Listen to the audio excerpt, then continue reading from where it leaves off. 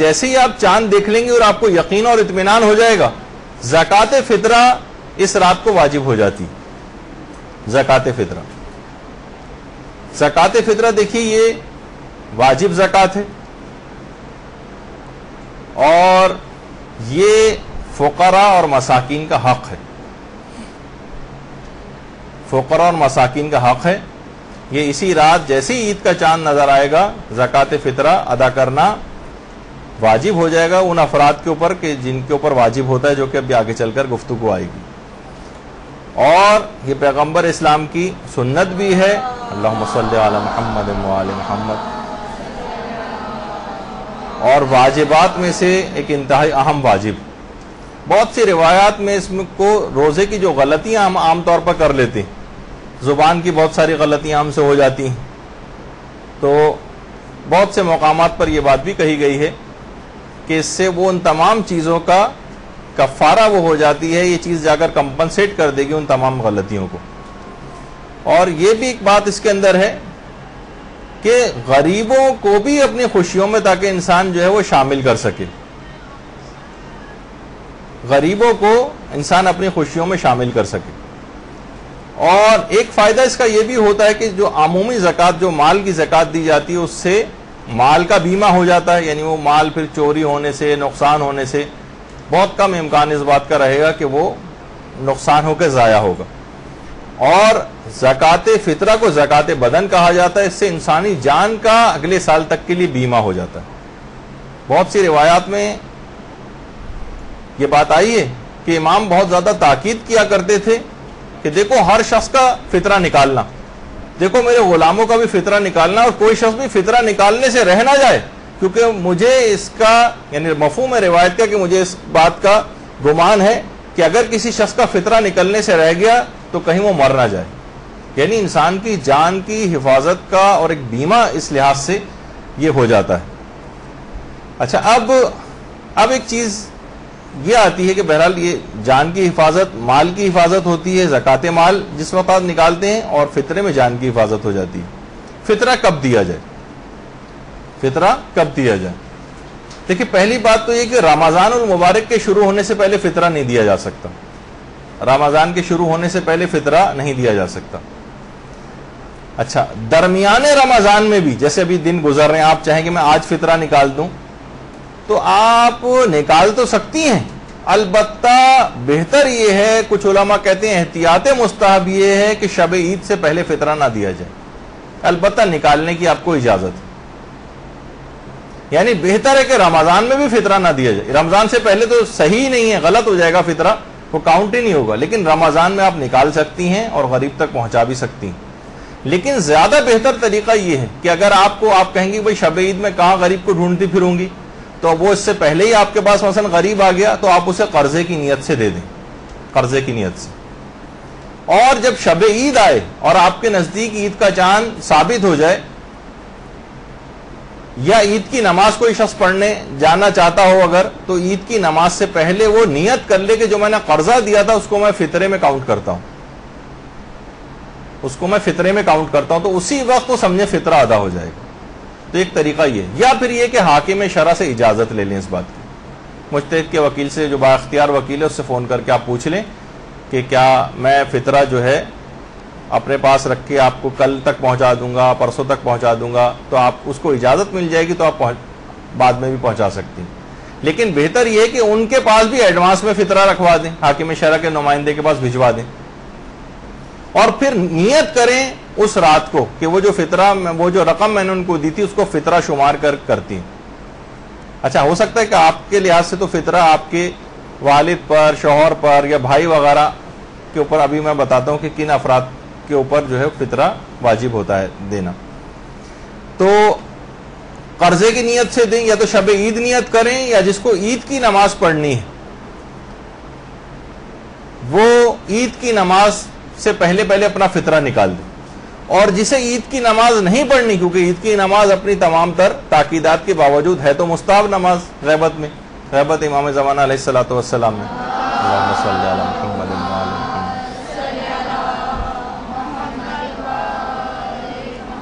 جسے عید کی نماز پڑھنا ہے وہ عید کی نماز سے پہلے پہلے نکال دے، اور جسے عید کی نماز نہیں پڑھنا وہ ظہر سے زیادہ تاخیر نہ کرے، وہ ظہر سے پہلے پہلے ضرور نکال دے، ظہر سے پہلے پہلے ضرور نکال دے۔ بہرحال یہ واجب ہو جائے گا شب عید۔ پھر ایک مسئلہ ہے کہ کیا فطرہ ایڈوانس دیا جا سکتا؟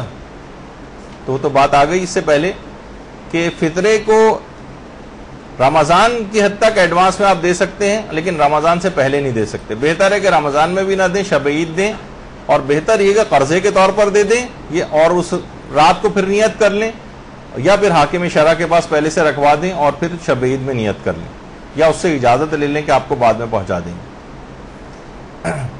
کیا فطرے میں تاخیر کرنا جائز ہے؟ تو اگر حاکم شرع کی اجازت نہیں ہے تو فطرے میں تاخیر کرنا جائز نہیں، حرام ہے، پھر فطرے میں تاخیر نہیں کی جا سکتی، سوائے اس کے کہ فطرے میں تاخیر عقلی کسی وجہ سے ہو رہی، مثلا ہمیں ابھی کوئی جس کو فطرہ ادا کرنا ہے کوئی غریب نہیں مل رہا، ہم ڈھونڈ رہے ہیں، ایک تاخیر ہو رہی ہے اس میں، یا کوئی اور وجہ ہو گئی، بیمار ہو گئے، شدید ہو گئی، فطرہ نہیں پہنچا سکے، ایک عقلی وجہ کوئی آ گئی تو پھر تاخیر ہو سکتی، لیکن یا تو حاکم شرع سے اجازت لے لیں، تاخیر نہ کریں، کیونکہ ابھی آپ نے سنا وہ کہتے تھے کہ اگر کسی کا فطرہ نکلنے سے رہ جائے تو مجھے ڈر ہے کہیں وہ مر نہ جائے، تو بہرحال جانوں کا بیمہ اس میں ہو رہا ہے، تو لہٰذا اس سلسلے میں یہ والی احتیاط ضرور کی جائے۔ اچھا، اب ابھی تک اگر کسی شخص نے فطرہ نہیں دیا، بہت سارے ایسے افراد ہوتے ہیں، تو وہ ضامن رہے گا اور وہ مقروض ہے فقراء کا، پوری زندگی کے جتنے بھی فطرے اس پر اس طرح سے رہے ہوں سب کو کیلکولیٹ کرے اور ابھی فطرہ نکالے، یعنی فطرہ نکالنا اس پر واجب ہے، یہ نہیں کہ اس کا ٹائم نکل گیا، عید کے دن گزر گئے تو اب فطرہ، اب ٹھیک ہے تم نے گناہ کیا تھا لیکن فطرہ معاف ہو گیا، نہیں، آپ مقروض ہیں ابھی تک غریبوں کے اور آپ کو فطرہ نکالنا پڑے گا۔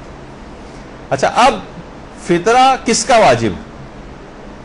بھائی انسان جو خود کماتا ہے، خود انڈیپینڈنٹ ہے، اس کو اپنا فطرہ تو دینا ہی دینا، لیکن ایک اور بہت بڑا مسئلہ ہے جو سب سے زیادہ اہم ترین مسئلہ جو آپ کو سمجھنا ہے، فطرہ جو ہے ان افراد کا آپ کو نکالنا پڑتا ہے کہ جو آپ کے نان خور شمار ہوتے ہیں۔ اچھا، ابھی میں یہ سب بہت بڑا مسئلہ ہے، یہ عربی میں اس کو ایلولہ کہا جاتا ہے، اور انگریزی میں ڈیپینڈنٹس، جو آپ پر ڈیپینڈنٹ ہو۔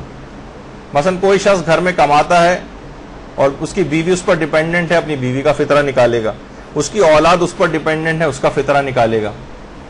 اچھا، فارسی میں جب ترجمہ کرتے ہیں تو اصول مسائل، کیونکہ فارسی بیسیکلی فارسی زبان میں لکھی گئی کتاب ہے، اس کو اردو ترجمہ ہوتا ہے، فارسی میں ہوتا ہے نان خور، ڈیپینڈنٹ کو کہا جاتا ہے، اردو میں ترجمہ کرتے ہیں تو کہتے ہیں اس کے ہاں کھانا کھانے والا۔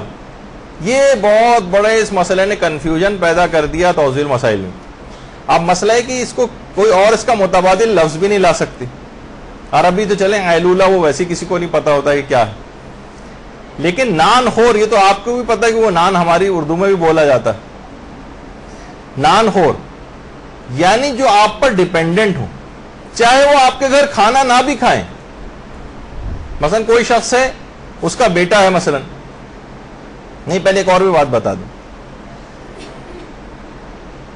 بلکہ اسی سے ابتدا کر دیتے ہیں، کسی کا بیٹا ہے اور وہ بیرون ملک پڑھنے گیا ہوا ہے، وہ تو اس کے گھر شب عید کھانا کھانے والا نہیں، لیکن اس کا فطرہ بھی، یعنی وہ اپنے باپ پر ڈیپینڈنٹ ہے، باپ اس کا خرچہ وہاں پر بھیج رہا ہے، اس بیٹے کا فطرہ جو دوسرے ملک میں اس باپ کو نکالنا پڑے گا یہاں پر پاکستان میں، یہ اس کا نان خور ہے۔ نان خور سے مراد اردو میں ترجمہ کریں کھانا کھانے والا، لوگ کہیں گے بھائی کھانا کہاں کھا رہا ہے باپ کے یہاں، لیکن اس کا فطرہ بھی نکالنا پڑے گا۔ بہت سارے افراد میں نے جیسے پہلے بتایا تھا فقیر کو کھانا نہیں کھلاتے، یہ تو بھائی شب عید کھانا ہی کھا رہا ہے آ کے ہمارے گھر میں، دروازے میں بیٹھا ہم نے کھانا دیا، لوگ بھی دیکھیں گے ہاں یہ ان کے گھر جو ہے، لیکن وہ آپ کے ڈیپینڈنٹس میں سے نہیں ہے، آپ ویسے ہی چاہے وہ آپ کے گھر کھانا کھا رہا ہو، کھانا کھانے کا کوئی بھی تعلق فطرے سے نہیں،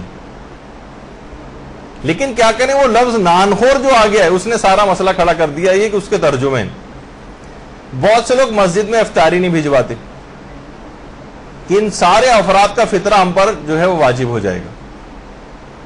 وہ کیا آپ پر لوگ کہیں گے کہ جتنے افراد ہیں یہ فلاں صاحب جنہوں نے افطاری بھجوائی ان کے اوپر ڈیپینڈنٹس میں سے ہیں ان کے، کوئی کہے گا؟ کبھی کوئی نہیں کہے گا۔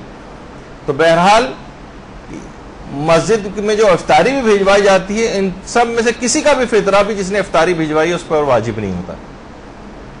اچھا، بہت سے گھر ہو سکتا ہے مہمان آپ کے گھر آ جائیں، شب عید، بہت سارے شب عید بہت کتنے مہمان آ جاتے ہیں ایک دوسرے سے ملنے، اور وہ کھانا کھا کر بھی جا رہے ہیں ہمارے گھر، ان میں سے بھی کسی کا فطرہ آپ پر واجب نہیں ہوگا. بالکل اطمینان سے کھانا ان کو کھلائیے آپ. بہت سے لوگ کہتے ہیں لو یہ شب عید کہاں آ گئے ہم پر، یعنی اپنے گھر والوں کا بھی فطرہ دو اور سب مہمانوں کا بھی فطرہ دو. نہیں، یہ کیونکہ آپ کے ڈیپینڈنٹس میں سے نہیں. ہاں اگر شادی شدہ کوئی بیٹی ہے، وہ اپنے باپ کے گھر آ گئی ہے مثلا، اور باپ اس کا یعنی اس کا خرچہ اٹھانا اور وہ سب چیز کر رہا ہے، اور اس کے گھر مثلا رہ بھی رہی ہے آ کر وہ، تو اس کا فطرہ باپ کو نکالنا پڑے گا عام طور پر اگر وہ اس کے ڈیپینڈنٹ میں سے شمار ہو رہی. تو آپ نے دیکھا کہ چاہے مثلا بیٹی ہے، وہ آپ اس کے گھر میں ہی رہتی ہے، لیکن اس کو شب عید کسی اور کے گھر میں دعوت میں جانا پڑ گیا اور کہا کہ میں رات بھی وہیں رہوں گی، کل آؤں گی مثلا عید کے دن، تب بھی اس کا فطرہ باپ کو نکالنا پڑے گا، چاہے کھانا کسی اور جگہ کیوں نہیں کھا رہی ہے جا کر.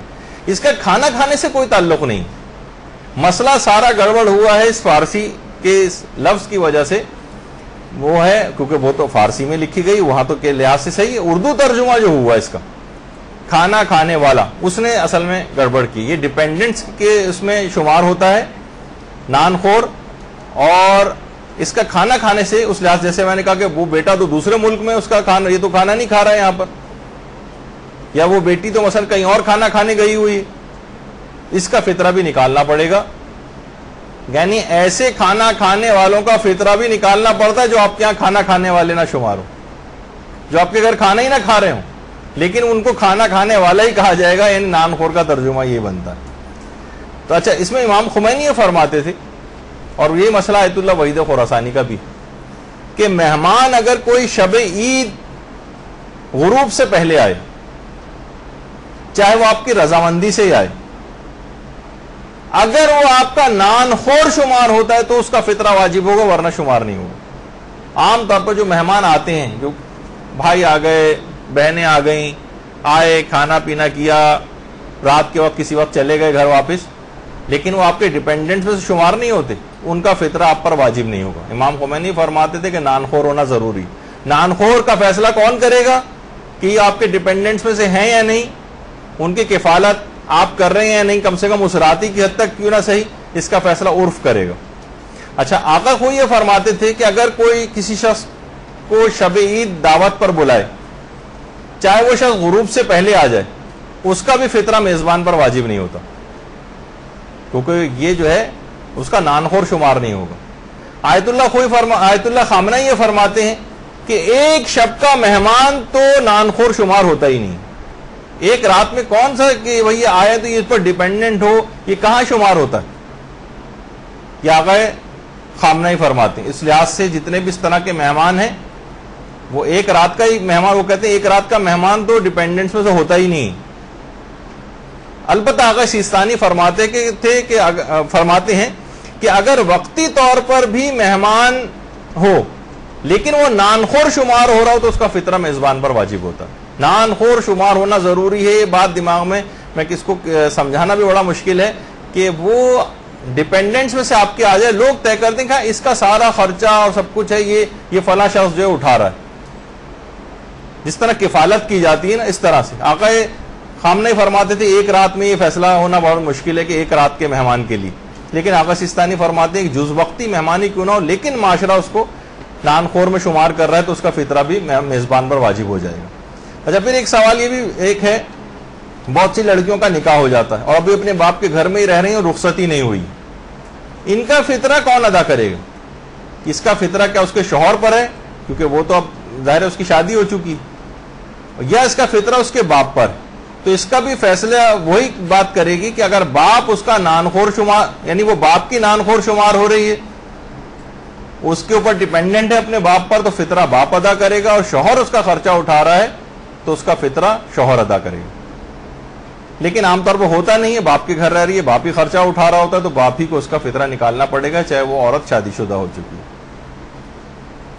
یعنی اچھا، پھر ایک سوال یہ بھی پوچھا گیا کہ کوئی عورت لڑ کر اپنے شوہر سے باپ کے گھر چلی گئی، کیا ابھی تک شوہر کے گھر رہ رہی تھی، شب عید کو ایسی لڑائی ہوئی وہ باپ کے گھر آ گئی، کیا فطرہ جو ہے شوہر ادا کرے گا یا باپ ادا کرے گا؟ تو وہی علماء فرماتے ہیں معیار نان خور ہونا ہے. اگر خرچہ شوہر اٹھا رہا ہے تو اس کا فطرہ شوہر ادا کرے گا، اور خرچہ باپ اٹھا رہا ہے تو فطرہ باپ ادا کرے گا. اور اگر شوہر یعنی اگر عورت بالکل انڈیپینڈنٹ ہے، وہ خود کماتی، شوہر مثلا ہر ڈرام ہے گھر میں پڑا رہتا ہے، تو یہ اپنا فطرہ پھر خود نکالے گی. اب لوگوں کو بھی پتہ ہے بھائی شوہر اس کا جاب وغیرہ نہیں کرتا ہے، کوئی ملازمت نہیں کرتا ہے، یہ اپنا خرچہ خود اٹھاتی ہے، خود محنت کرتی ہے، جاب وغیرہ کرتی ہے، تو یہ اب اپنا فطرہ پھر خود نکالے گی. ہاں اگر شوہر اس کے جو ہے اس کے کفالت میں آ رہا ہے، لوگ بھی کہہ رہے ہیں کہ بھائی شوہر کا خرچہ بھی یہی اٹھا رہی ہے، تو یہ پھر اپنے شوہر کا فطرہ بھی خود نکالے گی. اچھا اب سوال یہ ہے کہ شب عید اگر کوئی شخص کسی کا مہمان ہو جائے اور وہیں پر اطلاع آئی کہ جناب چاند ہو گیا، تو کیا اس کا فطرہ میزبان پر واجب ہوگا؟ تو دیکھیے چاند کی آگاہی اور نا آگاہی کا فطرہ دینے سے کوئی تعلق نہیں ہے، دونوں الگ الگ چیزیں. معیار فقط وہ ہے کہ اگر وہ نان خور محسوب ہو رہا ہے اپنے میزبان کا تو اس میزبان کو فطرہ دینا ہوگا، ورنہ نہیں. یعنی افطاری یا کھانا کھانے کا کوئی بھی تعلق فطرے سے نہیں ہے. مہمان آئے 2-3 گھنٹہ رہے، کھانا کھایا چلے گئے، ان کا فطرہ آپ پر واجب نہیں. اچھا بعض اوقات یہ ہوتا ہے کہ اگر مہمان کو ویسی شرمندہ ہو رہا ہے کہ میں نے اس کے گھر کھانا بھی کھایا آ کے، اب میزبان میرا فطرہ بھی نکالے، تو ایسا کرتا ہوں کہ میں اپنا فطرہ خود ہی نکال دیتا ہوں. تو اگر مہمان اپنا فطرہ خود نکال بھی دے تب بھی اس پر سے میزبان سے فطرہ ساقط نہیں ہوگا اگر وہ اس کا نان خور شمار ہو رہا ہے. یعنی میزبان کو اس کا فطرہ نکالنا پڑ سکتا ہے اگر وہ والا، یعنی مہمان خود نکال دے اگر اپنا فطرہ تو یہ کافی نہیں. یعنی اصول یہ ہے کہ مثلا خیر ابھی اولاد کا مسئلہ میں بیان کروں گا، باپ فطرہ نہیں نکال رہا ہے تو کیا اولاد پہ واجب ہوگا یا نہیں، چلیں یہ مسئلہ بھی الگ آئے گا. بہت سے گھروں کے اندر ایک مسئلہ اور بھی ہوتا ہے، وہ کیا ہے؟ وہ مسئلہ یہ ہے کہ ماں باپ جو ہیں وہ بوڑھے ہو گئے اور اپنے بیٹوں پر مثلا ڈیپینڈنٹ ہیں. مثلا ایک ہی گھر میں 4 بیٹے رہتے ہیں اور سب کے سب اپنے والدین کو خرچہ دیتے ہیں. اب ان کا فطرہ، ماں باپ کا فطرہ کون نکالے گا؟ تو یہ تو چاروں پر ڈیپینڈنٹ ہے. مثلا اگر 100 روپے بالفرض فطرہ واجب ہوتا ہے تو یہ جو چاروں بیٹے ہیں 25-25 روپے جو ہے وہ چاروں نکالیں گے، اس طرح سے مل کر 100 بنے گا. اور اس طرح کیونکہ یہ اپنی کئی اولادوں پر ڈیپینڈنٹ ہیں تو کئی اولادوں میں وہ فطرہ ڈیوائیڈ ہو جائے گا. ایک ہے تو ایک ہی نکالے گا پھر ظاہر ہے.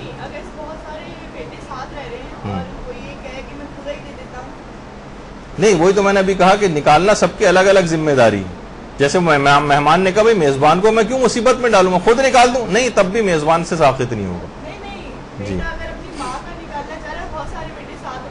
ہاں تو وہ انہوں نے تو نہیں نکالا نا، ان کا مال میں سے کہاں نکلا ہے فطرہ، وہ ان لوگوں کے اوپر ویسے ہی واجب رہے گا. اس بیٹے نے ایکسٹرا نکال دیا سمجھے، ہاں تو اس کے اوپر سے تو اتر جائے گا لیکن ان لوگوں پر سے ساقط نہیں ہوگا. اچھا پھر اب مسئلہ ایک چیز ہوتا ہے کہ فطرے میں کیا چیز دی جائے. دیکھیے کیا فطرے میں جنس دینا ضروری ہے یا مثلا فطرے میں پیسے بھی دیے جا سکتے ہیں. تو وہ اجناس جو اس علاقے میں بطور غذا کھائی جاتی، مثلا آٹا ہے، چاول ہے، دالیں ہیں، یا بہت سے عرب علاقے ہیں وہاں پر مثلا کھجور کھائی جاتی ہے تو وہاں پر کھجور ہوگی. تو وہ اجناس جو اس علاقے میں غذا کے طور پر کھائی جاتی ہیں ان کا فطرہ جو ہے وہ نکالنا پڑے گا. اچھا کتنا فطرہ نکالا جائے گا؟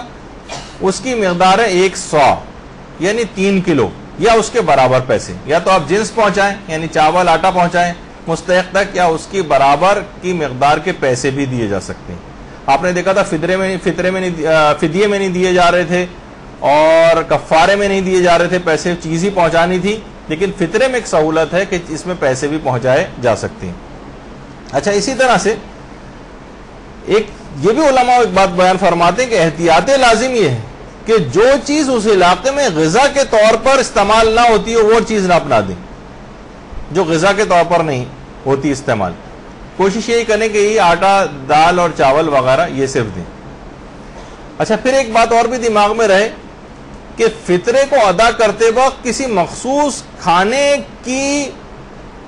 کا متعین کرنا بھی ضروری کہ ہم کس چیز کا فطرہ نہیں، مثلا کیا آپ گندم یا آٹے والا فطرہ نکال رہی ہیں یا مثلا آپ چاول والا نکال رہی ہیں. یعنی مخصوص کھانے کو معین کرنا یہ آپ کے لیے ضروری کہ آپ فطرہ نکال کس چیز کا رہی ہیں، یعنی وہ کون سی چیز ہے جو آپ فطرے کے طور پر دے رہی ہیں، کون سا کھانا ہے، اس کھانے کو معین کرنا پڑے گا کہ کون سی اجناس میں سے کون سی جنس ہے جس کو آپ فطرے کے طور پر جس کی قیمت آپ دے رہی ہیں. پھر ایک مسئلہ یہ بھی ہوتا ہے کہ فطرے کی رقم سے دوائیں وغیرہ خرید کر دی جا سکتی ہیں.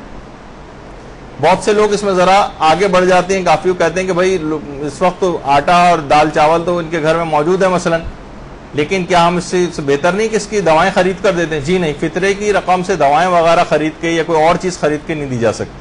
آپ نے کہا فطرے کی رقم سے ایسا کرتا ہوں میں آپ کا فلاں بل پے کر دیتا ہوں، نہیں، آپ کو اس تک پیسے پہنچانے پڑیں گے، وہ پھر جو چاہے اس رقم کا کرے. یعنی آپ یہ اپنے ہاتھ میں نہیں لے سکتے. وہ غریب جو مستحق ہے، یہ اس کا مال ہے، یہ اس کا حق ہے، وہ جس طرح سے چاہے اس کو خرچ کرے. ہو سکتا ہے کہ وہ ضرورت اس کو واقعی دواؤں کی بھی ہو، لیکن وہ اصل میں وہ چاہ رہا ہے کہ میں کسی اور مد میں اس کو خرچ کر دوں، وہاں پہ وہ خرچ کر سکتا ہے. وہ چاہے کہ میں اس سے زیارتوں کے جو پیسے جمع کر رہا ہوں اس میں جو ہے اس کو خرچ کر دوں، اس کی مرضی. لیکن آپ کوئی چیز کو پریشرائز نہیں کر سکتے کہ تمہیں یہی کرنا ہے، یہ نہیں کیا جا سکتا. یا مثلا آپ اس سے کوئی چیز خرید کے بھی اس کو نہیں دے سکتے. پھر ایک مسئلہ ہوتا ہے کہ فطرہ کسے دیا جائے. دیکھیے ویسے تو یعنی شرائط مستحق فطرہ کیا، کس کو دیا جائے گا، اس میں کیا شرطیں ہونی چاہیے. تو دیکھیے سب سے پہلی تو اس میں عدالت تو خیر شرط نہیں کہ بالکل عادل ہونا چاہیے، نہیں، یہ نہیں. البتہ تقریباً عدالت کے قریب قریبی معاملہ چلا جاتا ہے. زیادہ تر علماء یہ کہتے ہیں کہ مثلا مستحق ہونا چاہیے، یعنی غریب ہو، یعنی کسی کھاتے پیتے فرد کو نہیں دیا جا سکتا، شرابی نہ ہو، بے نمازی نہ ہو، کھلم کھلا گناہ کرنے والا نہ ہو. مثلا مرد حضرات ہیں تو داڑھی منڈے نہ ہو، اور عورت ہے تو وہ مثلا بے پردہ نہ ہو. یا اس فطرے کو کوئی حرام کام میں استعمال نہ کرے. مثلا ہیروئن خریدنے جا رہا ہے اس فطرے کے، آپ کو پتا ہے کہ ہیروئن خریدے گا اس سے جا کر، اس فطرے کو کسی حرام میں استعمال نہ کرے. تو بہرحال یہ مستحق کی شرائط. اور یہ بات بھی دماغ میں رہے کہ فطرے کو نکال کر الگ کر دینا کافی نہیں، یعنی مستحق کے ہاتھ تک وہ چیز پہنچ جانی چاہیے، اور تاکہ وہ اس کو بلکہ ہے کہ ایسی چیز دیں جو اسے وہ کنزیوم بھی کر لے، زیادہ بہتر ہے. کچھ کھا پی لے سے کھجور وغیرہ اگر وہ کسی علاقے میں کھائی جاتی ہے اور کھجور کا فطرہ دیا جا رہا تو کھجور تو فوراً مستحق اسے کنزیوم کر لے گا. تو بہرحال وہ زیادہ بہتر حوالے سے، لیکن پیسے بھی دیے جا سکتے ہیں. تو بات آ گئی کہ فطرے کو نکال کر الگ کر دینا کافی نہیں کہ ہم نے نکال کے رکھ دیا، بھائی ہفتے 2 ہفتے بعد جب کبھی ہم جائیں گے یا وہ مستحق ہمارے پاس آئے گا تو ہم جمع کر کے ان کے لیے رکھ رہے ہیں، وہ جب آئے گا تو دے دیں گے. نہیں، یہ نہیں چلے گا. آپ کوشش یہ کریں کہ آپ شب عید یا بہت ہوا تو نماز عید سے پہلے، یا جو نماز عید نہیں پڑھنا چاہتے وہ ظہر کے بعد تک تاخیر نہ کریں اس میں، اور اس سے پہلے پہلے ہی اس کو دے دیں. اچھا، پھر ایک بات یہ بھی ہے کہ جو فقیر شرعی ہے اس کے فقیر ہونے کا اطمینان ہونا چاہیے. یعنی ایسا نہیں کہ جو بھی مثلا دروازے پر آ جائے، جو بھی آ جائے، جو ماسی بھی آ جائے، کوئی چوکیدار آ جائے، اس کو نکال کر دے دیا جائے. تو وہ تو اپنی شرط اپنی جگہ پہ الگ ہوگی کہ شیعہ اسنا شرعی ہونا چاہیے، لیکن بہرحال اس کے اندر بھی فقیر شرعی ہونے کا اطمینان ہونا چاہیے کہ واقعی یہ شخص مستحق بھی ہے. اس کا اطمینان چاہیے، اطمینان کسی اور کے کہنے پر ہی کیوں نہ ہو. مثلا آپ نے کسی سے تحقیق کی، اس نے کہا نہیں میں جانتا ہوں ان کو کہ یہ واقعی مستحق، تو ٹھیک ہے اس کو فطرہ دیا جا سکتا ہے. لیکن اگر آپ کو اطمینان نہیں ہو رہا تو پھر آپ اس کو فطرہ نہیں دے سکتے. ایک یہ مسئلہ ہے. غیر سید کا سید کو فطرہ، کوئی بھی غیر سید کسی سید کو فطرہ نہیں دے سکتا. صرف غیر سید ہی کو فطرہ دے سکتا ہے. اور سید جو ہے سید کو بھی فطرہ دے سکتا ہے اور غیر سید کو بھی فطرہ دے سکتا ہے. اگر کسی نے اس بات کا خیال نہیں کیا اور کسی غیر سید نے اپنا فطرہ سید کو دے دیا تو یا تو اس سے واپس لے جا کر، یا وہ اگر استعمال کر چکا ہے تو اس فطرے کو دوبارہ نکالنا پڑے گا اس کو. ہاں، وہ اگر اسے کفالت میں، مثلا شوہر جو ہے وہ غیر سید ہے، بیوی اس کی سیدانی ہے مثلا، اب یہ اپنی بیوی کا بھی فطرہ نکالے گا تو لیکن اس کا خود کا جو فطرہ نکلے گا یہ فطرہ غیر سید ہی شمار ہوگا، چاہے وہ اپنی بیوی سیدانی بیوی کا ہی فطرہ کیوں نہ نکال رہا ہو، کیونکہ یہ فطرہ یہ شخص پر واجب ہو جو غیر سید ہے، تو اس کا فطرہ غیر سید کا فطرہ کہلائے گا، چاہے اس کے ڈیپینڈنٹ میں سید ہی کیوں نہ ہو. یہ ایک الگ مسئلہ ہے. اچھا، اتنی بات اور بتا دی جائے کہ اگر کسی نے یہ غلطی کر دی اور غیر سید نے سید کو اپنا فطرہ دے دیا تو یا تو اس سے واپس لیں یا دوبارہ نکالیں. اچھا، ایک تو چیز ہو گئی. اچھا، ایک بات اور کہ آقا سیستانی نہیں، پہلے آئیں گے بتا دیا جائے کہ کیا فطرہ غیر شیعہ کو دے سکتے ہیں؟ جواب ہے کہ جی نہیں، غیر شیعہ کو فطرہ نہیں دیا جا سکتے. تو بات آ گئی. آقا سیستانی اور آقا خوئی ایک بات اور کہتے ہیں کہ فطرہ فقط فقراء کا حق ہے. اس کو تعمیر مسجد کے لیے دینا، مدرسے کی تعمیر کے لیے دینا، یا کسی خطیب کی اجرت کے طور پر دینا، یا نشر معارف دینیہ جو ہے کتابیں وغیرہ چھپوانا، دینی کتابیں چھپوانا، اس میں خرچ نہیں کیا جا سکتا. آقا سیستانی اور آقا خوئی فرماتے ہیں کہ احتیاط واجب کی بنا پر یہ صرف غریب ہی کو جائے گا، غریب مستحق کو، اور یہ کسی بھی مسجد کی تعمیر، مدرسے کی تعمیر، خطیب یا مثلا پیش امام کی اجرت یا کتابیں وغیرہ چھاپنا، معارف دینیہ وغیرہ کی ترویج، اس میں خرچ نہیں ہو سکتا. البتہ آیت اللہ خامنہ ہی فرماتے ہیں کہ جائز ہے کہ ان چیزوں پہ بھی فطرہ خرچ ہو سکتا ہے، لیکن بہتر یہی ہے کہ فقراء ہی کو دیں. ثواب زیادہ اگر آپ کو لینا ہے تو فقیروں یعنی غریب لوگوں ہی کو دیں. البتہ تعمیر مسجد اور تعمیر مدرسہ وغیرہ میں بھی ان کے فتوے کے مطابق دیا جا سکتا ہے، لیکن آقا خوئی بھی منع کرتے ہیں اور آقا سیستانی بھی اس کو منع کرتے ہیں. اچھا، فطرہ جو ہے اپنے واجب النفقہ افراد کو نہیں دے سکتے. مثلا ہم نے فطرہ نکالا اور اپنی والدہ جو ہماری کفالت میں ہیں اور ہم نے کہا کہ ہم انہی کو ہی اپنا فطرہ دے دیں، نہیں، یہ نہیں کیا جا سکتا. جن کے ہم کفیل ہیں، جن کا نفقہ ہم پر واجب ہے، ان کو ہم فطرہ نہیں دے سکتے. یعنی اپنا فطرہ، ہم نے جو فطرہ نکالا ان کو کہ بھائی ان کے ذرا مالی حالت اچھی نہیں تو چلو ان کو دے دیا جائے، نہیں، یہ ایسا نہیں کیا جا سکتا. اپنے واجب النفقہ کے علاوہ ہونے چاہیے. اچھا، بہتر یہ ہے کہ اگر آپ اپنا فطرہ حاکم شرع اس کے نمائندے کو دے دیں تو اس میں ذرا ثواب زیادہ ہے، پھر آپ بری الذمہ ہو جائیں گے. اس میں تو یہ ہوتا ہے نا کہ آپ نے اگر کسی کو دے دیا، بعد میں پتہ چلا رہے تو مستحق ہی نہیں تھا، بعد میں پتہ چلا کہ یہ تو فلاں چیز اس میں تو بے نمازی تھا مثلا، تو اس میں یہ والے خطرے سے آپ بچ جاتی ہیں. حاکم شرع اس کے نمائندے تک پہنچا دیں تو بس آپ کی ذمہ داری ختم. اس میں آپ اگر خود دیتی ہیں تو آپ کی ذمہ داری باقی رہتی. تو بہرحال زیادہ بہتر اس میں یہی ہے، لیکن اگر خود بھی دینا چاہیں تو دیا جا سکتا ہے. جسے فطرہ دے رہے ہوں کیا اس کو بتانا ضروری ہے کہ فطرہ ہے؟ یہ پہلے بھی کئی دفعہ بات آ چکی ہے کہ نہیں، اس کو بتانا ضروری نہیں ہے. کسی بھی عنوان سے اس کو وہ پیسے دیے جا سکتے ہیں، گفٹ کے طور پر دیے جا سکتے ہیں، کسی اور چیز کا کہہ کے دیے جا سکتے ہیں. پھر ایک مسئلہ ہے کہ کیا فطرہ کسی دوسرے شہر بھجوایا جا سکتا ہے؟ یہ بات یاد رکھ لیں کہ اگر اپنے شہر میں فقراء موجود ہوں تو وہ فطرہ کسی دوسرے شہر نہیں بھجوا سکتے. احتیاط واجب یہ ہے کہ فطرہ دوسرے شہر نہیں بھجوانا چاہیے اگر اپنے شہر میں مستحقین موجود.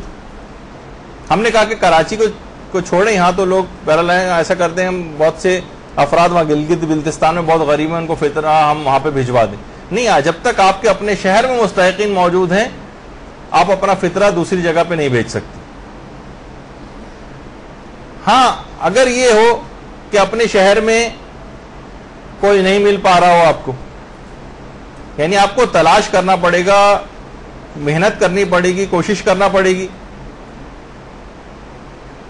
تو پھر بھی نہ ملے تو پھر دوسرے شہر بھیج سکتے ہیں. لیکن آپ نے کوشش نہیں کی، ذرا سا بھی کسی سے پوچھا نہیں اور دوسرے شہر بھیج دیا، تو یہ آپ نے غلط کام کیا.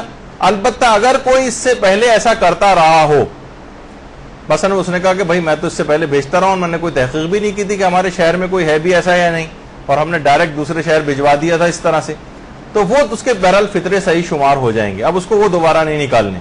لیکن اصلاً اس کے اندر مسئلہ یہی ہے کہ جب تک اپنے پہلے تو ضروری ہے، گناہگار ہو جائے گا ایسا شخص کہ اگر وہ اپنے شہر کے اندر تحقیق نہ کرے اور بغیر تحقیق کیے نکال دے، دوسرے شہر بھجوا دے اگر فطرہ.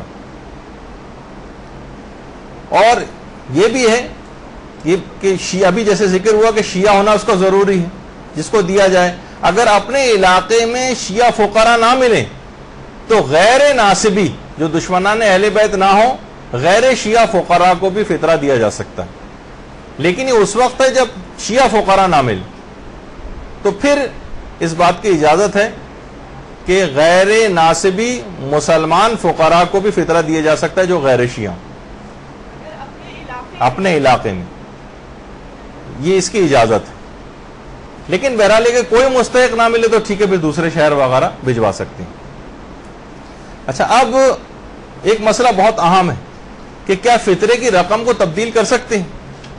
مثلا ہم نے فطرہ نکالا اور ظاہر عید میں کڑک کڑک نوٹ وغیرہ ہوتے ہیں، پھر بعد میں ہم نے سوچا کہ بھئی غریب آپ نے دیکھا ہوگا صدقے وغیرہ کے لیے سب سے موڑا توڑا گلا سڑا ٹیپ لگا ہوا نوٹ ہوتا ہے، وہی عام طور پہ صدقے میں نکالا جاتا ہے.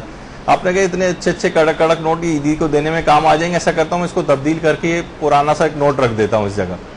یا آپ نے کہا کہ نہیں مجھے کھلا چاہیے تھا اس کے اندر، تو میں یہ کرتا ہوں، یہ دیکھ لیجئے کس کا ہے، کہ میں ایسا کرتا ہوں کہ اس میں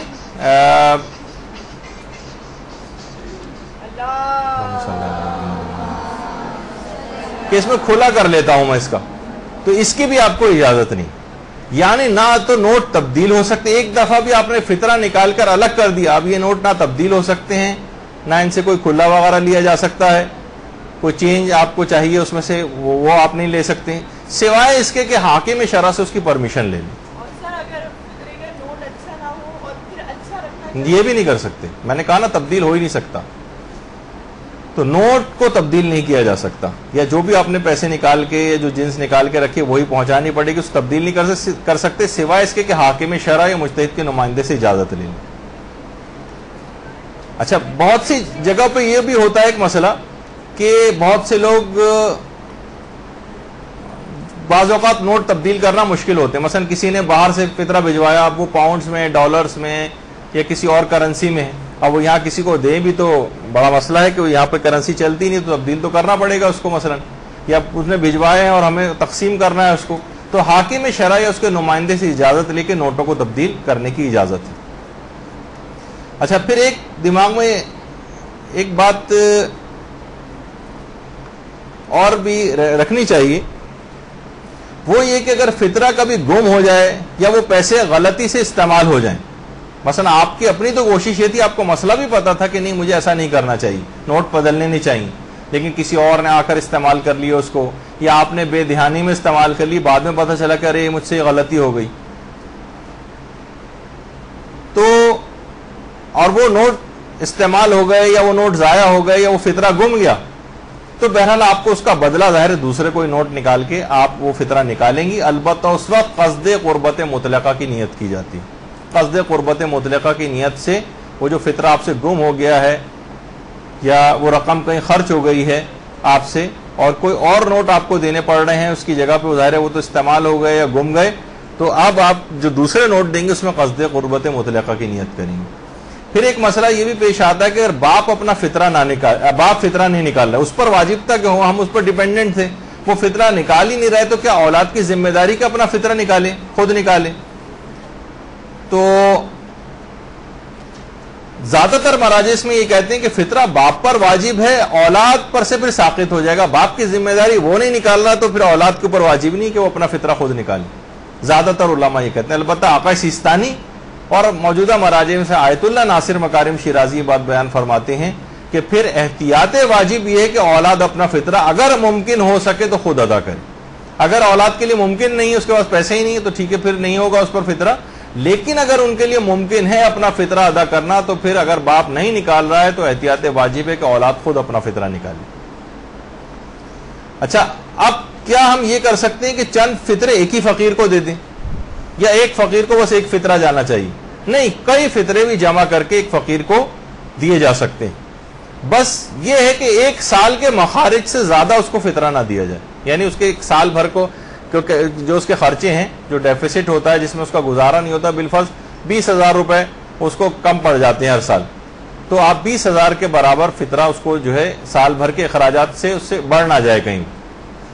یعنی جو ایک تو یہ ہوتا ہے کہ پورے سال کے کتنے اخراجات ہیں اس کے، نہیں، اس کی تو جاب بھی ہے، کماتا ہے، البتہ ہر مہینے سمجھے 2-2 ہزار روپے کا ڈفرینس آ جاتا ہے اس غریب کے پاس، اس کو وہیں سے لینے پڑ جاتے ہیں، قرضہ لینا پڑ جاتا ہے، کمی پڑ جاتی، تو پھر اتنے پیسے ایک سال کے مخارج کے برابر اس کو دیے جا سکتے ہیں.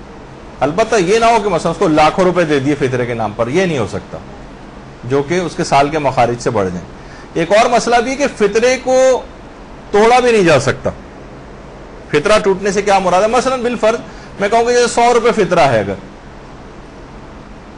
100 روپے فطرہ اور تو ہم نے یہ کیا کہ 2 غریب آئے، 50 روپے ایک کو دے دیے، 50 روپے دوسرے کو دے دی. اب یہ کیا ہوگا؟ فطرہ ٹوٹ گیا. ایک پورا فطرہ جانا چاہیے غریب تک. کئی فطرے بھی جا سکتے ہیں لیکن پورے جائیں.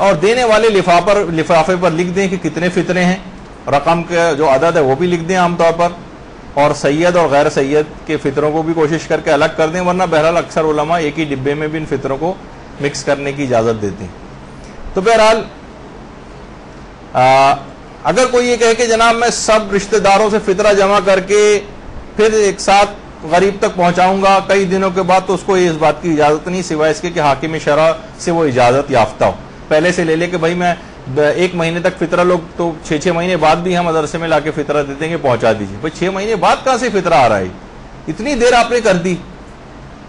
تو بہرحال یہ بالکل اتنی تاخیر کی اس بات کی اجازت نہیں۔ اور اگر کئی سال تک اس نے فطرہ ادا نہیں کی اور کئی سال بعد 6 مہینے بعد لا کر دے رہا ہے، تو پھر بغیر ادا اور قضا کی نیت سے وہ فطرے کو جو ہے وہ ادا کرے گا۔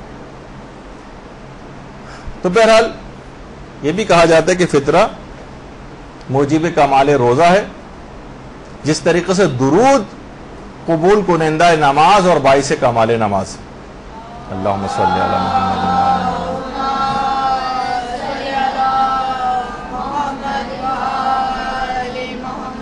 من لا یحضر الفقی کی بھی روایت ہے کہ فطرہ نکالنے سے سب روزے قبول ہو جاتے ہیں، یعنی فطرہ نکالنا بھی اس بات کی علامت ہے کہ آپ کے روزے قبول ہوں۔ اور رسول کافی کی جو روایت کے مطابق آئندہ سال تک مرنے سے بھی حفاظت ہو جاتی ہے۔ اور جو مستدرک الوسائل کی روایت ہے اس کے مطابق فطرہ نکالنا جو ہے باعث سلامتی جسم ہے اور روح کو اخلاقی رذائل سے بچانے کا بھی ایک ذریعہ۔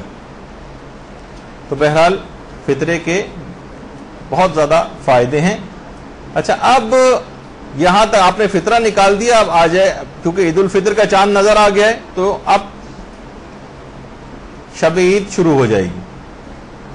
تو دیکھیے جو عید الفطر ہے یہ 2 لفظوں سے مرکب ہے۔